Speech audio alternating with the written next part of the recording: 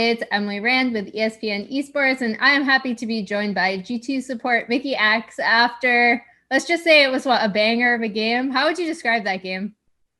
Yeah, I mean, pretty much summed it up. It was a bit too back and forth for my taste. We had like a decent early lead, but then we kind of threw it, and they played well around dragons, or we didn't play that well around dragons ourselves. And yeah, it was just like very back and forth. And at some point when they got Ocean Soul, I was like, well, that sucks. We're gonna probably lose. But then we got Elder somehow. I think Syndra kind of trolled it. She got CC'd and then she died. And yeah, then we tried to end, but then we didn't end because Elder ran out. We kept saying like, let's keep fighting. We have Elder, and then I checked. I was like, oh, Elder's out. So we kind of lost that fight. And then they tried to end, and then we killed him, and then we ended. So crazy game.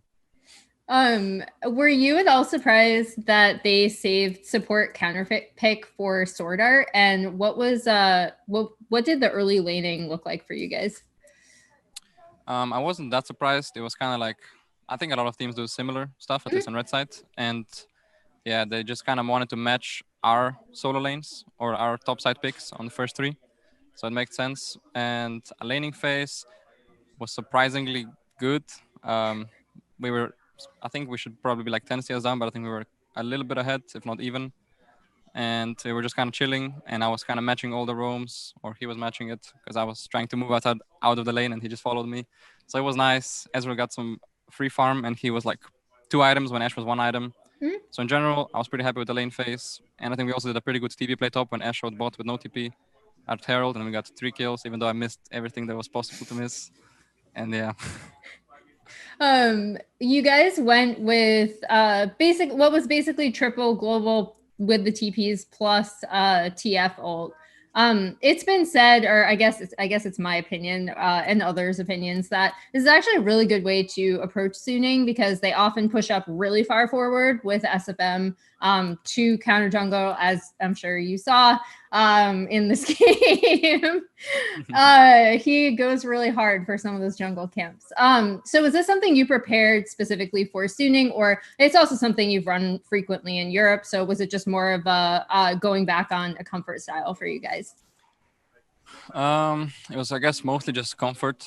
We played a lot of TF in the past, and I guess their bans were pretty good. I think the Ornn and what else, the ban Lucian, pretty good bans.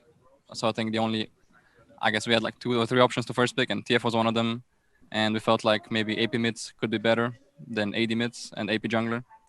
So we kind of went for that. And yeah, I mean, TF is just a pretty strong pick in general. And we also know that they like to start a lot of Barons. Like, if enemy has no vision, they will just start Nash randomly. So we used TF ult a lot this game just to see them on the map, where they were.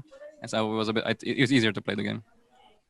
And then in Drake, were you aware that SFM had landed his Q on you, or no, when he was able to get onto perks? Which Dragon fight was that? I don't actually remember. I forget. I think, was it 3rd, 4th?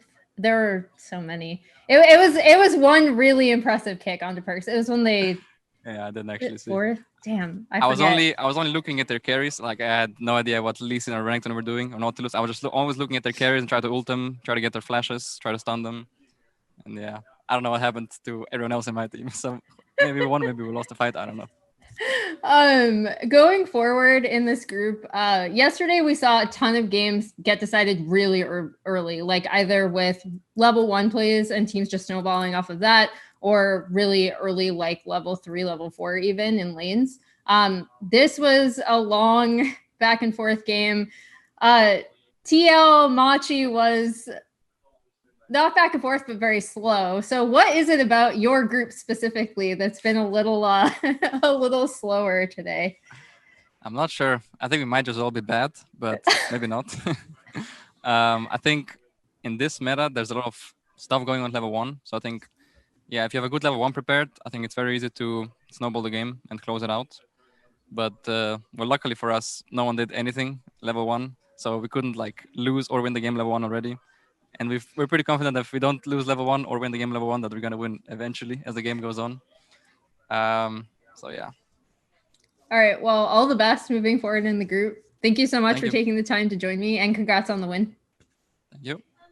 And for more Worlds coverage, keep it here on ESPN Esports.